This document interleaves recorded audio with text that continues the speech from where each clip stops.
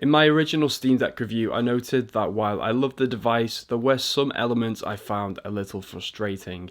In particular, the fact that even lightweight titles seem to crash very easily on the Steam Deck, and when it came to games like Baldur's Gate, I was completely unable to get through the second act of that gameplay as it became a little bit more power intensive. As someone who is rediscovering PC gaming through the Steam Deck, I wrote this off as teething issues, but thanks to many of your comments, I started to realise that actually this could be an underlying problem with my particular device. The sheer frequency of crashes I was experiencing, even having lowered my performance settings to those recommended by people on Reddit, was actually increasing, and I was starting to get really fed up with trying to get through relatively simple games like Cocoon without having to worry about crashes. And this all came to a head when I decided to start playing Dredge. For those who don't know, Dredge should not be a game that is putting too much pressure on the Steam Deck, but for some reason I couldn't get through a couple of minutes without the game completely freezing on me. I should also note that my Steam Deck was a refurbished model that I bought for a discounted price from the Steam store, and so this decline in reliability really started to make me wonder if there was something more wrong with my Steam Deck.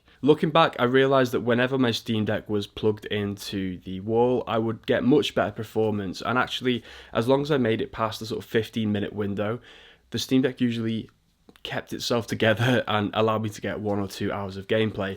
But it was really just starting up games and getting through those initial moments that it really struggled with. The way I've seen this described by others is that the power supply needs to use quite a lot of energy to actually boot up a game and get it running.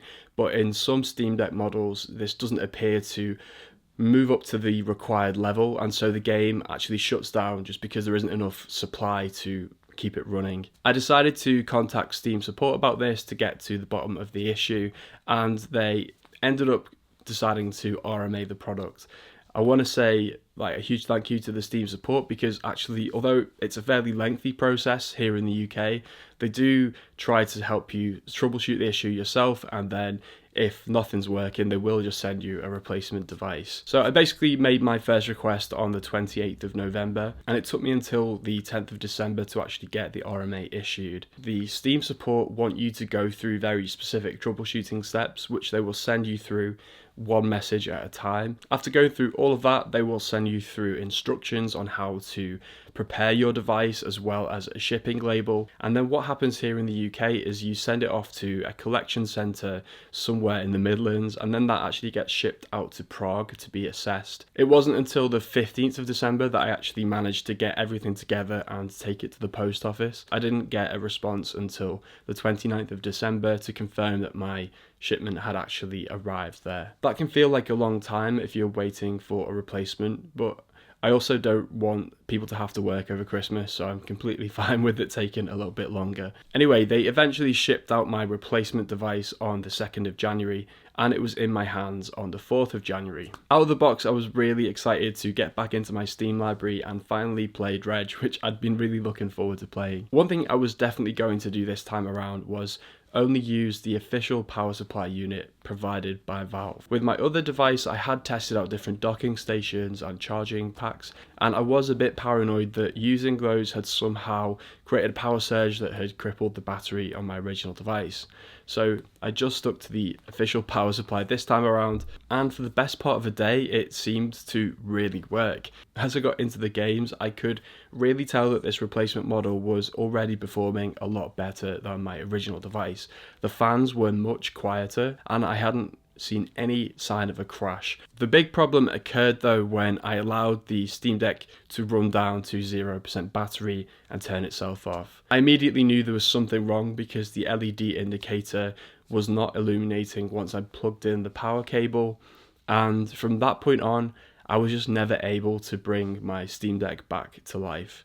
And so I got back in touch with the Steam support team, and they pretty quickly realised that I needed a replacement device again. At this point I was pretty gutted, to be honest, because I've now gone through 2 of these devices. It's a device that I really want to love, but so frustrated by the issues that I've experienced so far, and both times being with the power supply or the battery. With potentially another month ahead of me without access to the Steam Deck, I had a real think about what I wanted to do next. It might sound a bit counterintuitive, but I decided that I was actually just going to go ahead and buy a Steam Deck OLED. Looking around on the internet, I knew that the OLED wasn't free of its RMA issues, but it's not just a screen upgrade, is it? It's got completely new internals as well as a new battery that lasts for a bit longer anyway. I thought, I've made a bit of ad revenue from my previous Steam Deck review. I may as well reinvest that into the channel, pick up an OLED and give it a review from a casual gamer's perspective. And, I can always send it back if I don't feel like it's the one for me. Of course, I'm still going to get my refurbished model back, and I'm basically going to make sure that it works and then trade it in at a pawn shop or sell it on eBay, something like that. I have to say though, my early impressions of the Steam Deck OLED are that it is a massive upgrade. I mean, it feels lighter in my hands, it feels like it's running a lot better, the fans are much quieter, haven't had a single crash. I'm not sure whether this is because it's a brand new model as opposed to a refurbished model, or just that those internal changes have really improved it as a device. But my recommendation at the end of this is basically, if you feel that you have some kind of issue with your Steam Deck, don't just keep putting it off. Definitely get in touch with the Steam store and see whether there may be an underlying issue or fault. Now, I don't feel very confident recommending that you pick up a refurbished model. If you do want to go back and watch my original Steam Deck review, then I'll leave it here for you. And I will get to reviewing the OLED in about a month or so when I've had enough time to really soak it in. But thanks so much for watching, and I'll see you in a bit.